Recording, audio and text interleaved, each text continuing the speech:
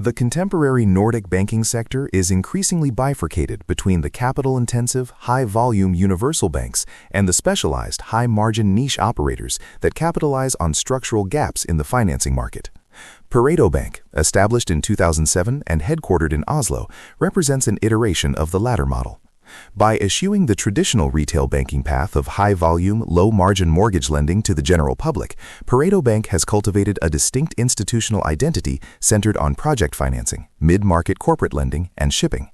As the market enters 2026, the bank finds itself at a strategic juncture, navigating the implementation of the European Union's Capital Requirements Regulation 3, a shifting interest rate cycle managed by Norges Bank, and a period of elevated impairments within its core residential property development segment.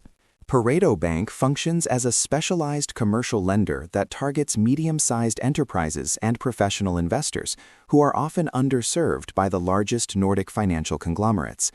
Its business model is predicated not on price competition, but on sector-specific expertise and flexibility in credit structuring. A fundamental component is its association with the Pareto Group, which retains a 20% ownership stake. This relationship provides an ecosystem of deal flow and collaborative opportunities. While the bank operates independently, its alignment with the broader group, active in securities brokerage, investment banking, asset management, and project finance. The Pareto Group's presence in 14 cities across 10 countries provides the bank with a window into international capital flows, particularly in sectors like shipping and offshore. The bank's portfolio is concentrated in 4 primary pillars, each with distinct risk-return characteristics and cyclical dependencies. Residential property development focuses on financing professional housing projects in the Oslo region and Stockholm. The primary risk factors are sensitivity to housing starts, building costs, and pre-sale velocity. Corporate financing provides loans for acquisitions, bridge financing, and working capital for mid-sized firms. The segment's primary risk is the credit quality of individual corporate borrowers and broader industrial demand. Commercial property offers cash flow-based financing for office, retail, and logistics assets, with risks centered on vacancy rates and yield expansion in a high-interest rate environment. Shipping and offshore provides specialized project financing for Norwegian owners and the project market, sensitive to volatility in charter rates and international trade policies. The bank's concentration in the Oslo region and its expansion into the Stockholm market since 2021 represent a strategic bet on the long-term urbanization trends and supply-demand imbalances in these high-growth Nordic hubs.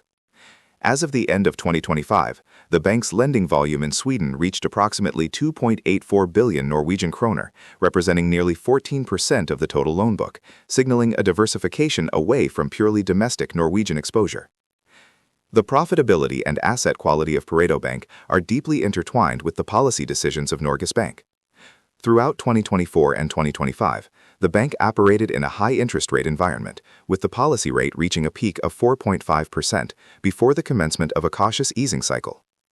As of February 2026, the Norges Bank policy rate stands at 4%. The Central Bank's Monetary Policy and Financial Stability Committee has emphasized a gradual approach to normalization, balancing the need to bring inflation back to the 2% target with the desire to support a recovery in the mainland economy. Projections indicate a further 25 basis point cut is likely in mid-2026, potentially bringing the rate to 3.75% by the end of the year. In a falling rate environment, the bank faces potential net interest margin compression if the repricing of its lending book occurs more rapidly than the repricing of its deposit base and market-based funding. However, lower rates also reduce the debt servicing burden on borrowers, which is a critical mitigant for credit risk in the property development sector. The Norwegian mainland economy is expected to grow by approximately 1.6% in 2026, supported by an increase in household real disposable income. The structural undersupply of housing in Oslo remains a significant long-term driver for the bank. With a low share of new-build properties available, only 10 to 15% of listings, the demand for project financing for new developments is expected to accelerate as interest rates stabilize. An examination of Pareto Bank's financial statements from 2018 through the end of 2025 reveals a pattern of high operational efficiency and strong capital generation, albeit with recent headwinds in asset quality. The bank's total revenues have grown consistently, driven by profitable lending growth in the corporate and shipping segments. Net interest income remains the dominant contributor to the top line. The financial progression from 2023 to the 2025 preliminary results is as follows. Net interest income, 1,185 million Norwegian kroner in 2023, 1,238 million Norwegian kroner in 2024 and 1,115 million Norwegian kroner in 2025. Total net income, 1,215 million Norwegian kroner in 2023, 1,325 million Norwegian kroner in 2024, and 1,318 million Norwegian kroner in 2025. Operating expenses, 225 million Norwegian kroner in 2023, 239 million Norwegian kroner in 2024, and 243 million Norwegian kroner in 2025. Profit after tax, 605 million Norwegian kroner in 2023, 636 million Norwegian kroner in 2024, and 675 million Norwegian kroner in 2025. The decline in NII in late 2025, specifically the drop from 311 million Norwegian kroner in Q4 2024 to 293 million Norwegian kroner in Q4 2025, reflects a period of lower credit demand and significant loan redemptions as projects reached completion without being immediately replaced by new drawdowns. This lumpy nature of the lending book is a characteristic feature of project financing. The bank's size can fluctuate based on the timing of construction cycles. One of Pareto Bank's most compelling investment attributes is its industry-leading cost-income ratio. While traditional Norwegian savings banks often report ratios in the 35 to 45% range, and European universal banks frequently exceed 60%, Pareto Bank has consistently maintained a ratio below 20%. This efficiency is driven by several factors. Low headcount. By focusing on high-ticket commercial loans rather than thousands of small consumer mortgages, the bank achieves massive revenue per employee. Digital focus. The lack of a physical branch network significantly reduces fixed costs. Variable compensation. A significant portion of personnel expenses is tied to profitability, allowing the cost base to contract during years of higher impairments. The bank targets a long-term ROE of 15%. While it achieved 15.1% in the first half of 2025, the fourth quarter of 2025 saw a sharp contraction to 8.3%. This decline was not an operational failure, but a result of the bank's cleansing of the loan book, where it took significant impairments on a few specific residential development projects that faced structural challenges. The full-year ROE for 2025 remains healthy relative to Nordic peers, but the volatility highlights the bank's idiosyncratic risk profile. The transition from a low-interest rate environment to a higher-rate regime has predictably put stress on some parts of the lending portfolio. As a niche bank, Pareto's asset quality is subject to more variability than a diversified universal bank. Pareto Bank utilizes the IFRS 9 expected credit loss model, which classifies loans into 3 stages. Stage 1, no significant increase in credit risk. The current trend is stable, and these loans comprise the majority of the portfolio. Stage 2, significant increase in credit risk since inception. This category is increasing as some projects face delays in pre-sales. Stage 3, credit impaired or in default. This category was elevated in Q4 2025 due to specific bankruptcies in residential property development.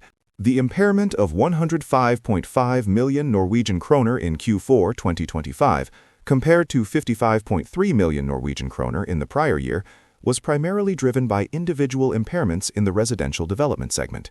This reflects the cleaning up of older projects that were predicated on 2021-era cost and interest rate assumptions.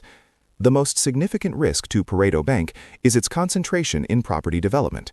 Roughly 42% of its lending is dedicated to residential development, with another 11% in commercial property. This concentration is mitigated by the bank's stringent pre-sale requirements, typically requiring that 50% or more of a project be sold at a binding price before construction financing is fully unlocked.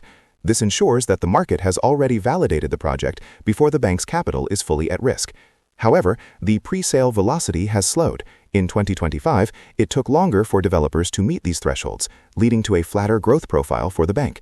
As of early 2026, the sentiment in the new build market is improving, but the bank warns that impairments could remain at an elevated level for the next 1 to 2 quarters as the last of the problem projects are restructured or sold. A pivotal development for Pareto Bank's valuation is its current capital surplus. The implementation of CRR3 in 2025 significantly bolstered the bank's Common Equity Tier 1 ratio, primarily by changing the risk weighting of certain asset classes. By the end of 2025, Pareto Bank's CET1 ratio stood at 20.2%, far exceeding its long-term target of 16.0%. This 420 basis point buffer provides the bank with strategic flexibility. The capital status as of Q4 2025 is summarized as CET1 ratio 20.2% versus 16% target, surplus of 4.2%.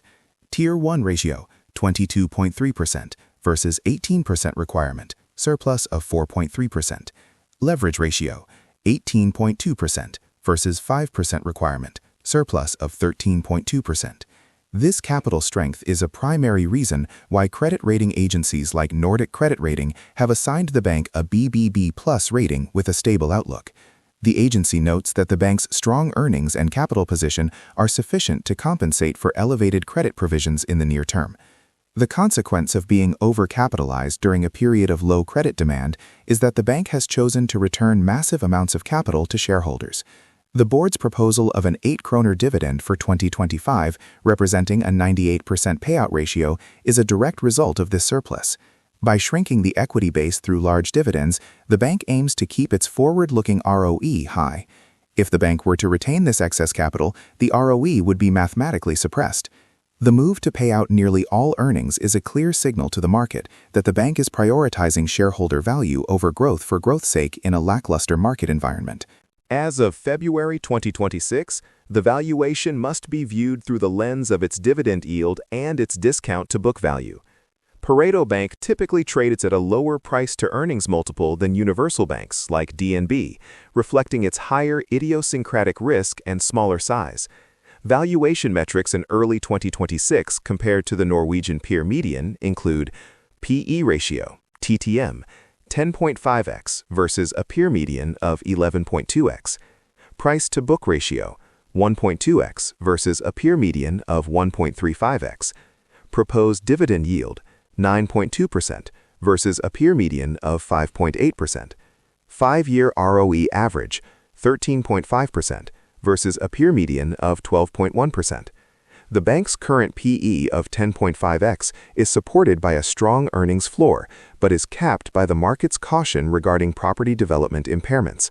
However, at 1.2x book value, the stock is priced attractively compared to its historical average of 1.4x, especially given its robust capital adequacy. Using a multi-stage dividend discount model, we can estimate the implied cost of equity. Given the 8 kroner dividend and a long-term growth rate of 3%, the market is currently pricing Pareto Bank with a cost of equity of approximately 12.2%. This is a significant premium over the 8 to 9% cost of equity typically assigned to larger, more diversified banks, reflecting the niche risk the market associates with Pareto's project finance focus. The bull case for Pareto Bank is predicated on a normalization of the Norwegian housing market and the successful deployment of its excess capital into high-margin Swedish growth. A steady decline in the Norges Bank policy rate to 3.5% by late 2026 would likely trigger a significant rebound in housing investment. As developers gain confidence and presale volumes rise, Pareto Bank would see a surge in loan drawdowns. This would grow the lending book, increase fee income from new commitments, and reverse the Stage 2 loan migration seen in 2025. The Stockholm market offers a larger and potentially more lucrative pool of property development projects than Oslo. If Pareto Bank can scale its Swedish operations from 14% to 25% of the loan book while maintaining its 18% cost efficiency, the resulting earnings power would likely push ROE back towards 16-17%, warranting a re-rating of the PEB multiple to 1.5x. Once the market sees 2 consecutive quarters of declining impairments, the risk discount applied to the stock will likely diminish. A return to the historical loss ratio of less than 0.3% of gross lending would be a powerful catalyst for share price appreciation toward the 100-105 range. The bear case focuses on the potential for a higher for longer interest rate environment and a structural decline in the profitability of Norwegian property development. If construction costs remain elevated due to international trade tariffs and labor shortages, developers may find that even with stable interest rates, new projects are not viable. This would lead to a prolonged period of stagnant lending growth for Pareto Bank, forcing it to compete more aggressively on price in the corporate lending segment, thereby eroding its NIM. While the bank has managed the Q4 2025 bankruptcy well, a systemic crisis among Norwegian developers, perhaps triggered by a further 5 to 10% decline in second-hand house prices, could lead to a cascade of defaults. Given the lumpy nature of the projects, a failure of 2 to 3 major exposures could wipe out an entire year's earnings, forcing a cut to the dividend and a potential downgrade in its credit rating. Pareto Bank relies on market funding, issued bonds, more than retail banks. In a period of heightened geopolitical tension or European financial market stress, the spreads on Pareto's senior and Tier 2 debt could widen significantly. This would increase its cost of funds and squeeze the NIM, making it difficult to maintain its 15% ROE target. Conclusion. Pareto is a high-conviction special situations investment within the Nordic financial landscape. It offers an unconventional combination of high dividend yield and robust capital solvency. The bank's management has proven its ability to navigate through the pandemic and the subsequent high inflation period with its core profitability intact. The current impairment bulge is a manageable idiosyncratic event that reflects the natural friction of an interest rate transition. The bank's decision to return 8 kroner per share is a sophisticated use of its excess capital to protect ROE in a low-growth environment. For investors, Pareto represents a bet on the fundamental health of the Oslo and Stockholm urban economies, packaged in a highly efficient, high-payout corporate structure. The primary risk remains the bank's sector concentration, which necessitates a smaller position size than one might hold in a universal bank. However, at 10.5x earnings and 1.2x book, the market has already priced in a significant degree of property market distress. Any stabilization in the housing sector or a more rapid normalization of interest rates would serve as a powerful catalyst for a re-rating. Investors should monitor the Q1 and Q2 2026 reports closely for signs of a peak in impairments. A stabilization of Stage 3 loans will be the final signal that the bank is ready for its next growth cycle.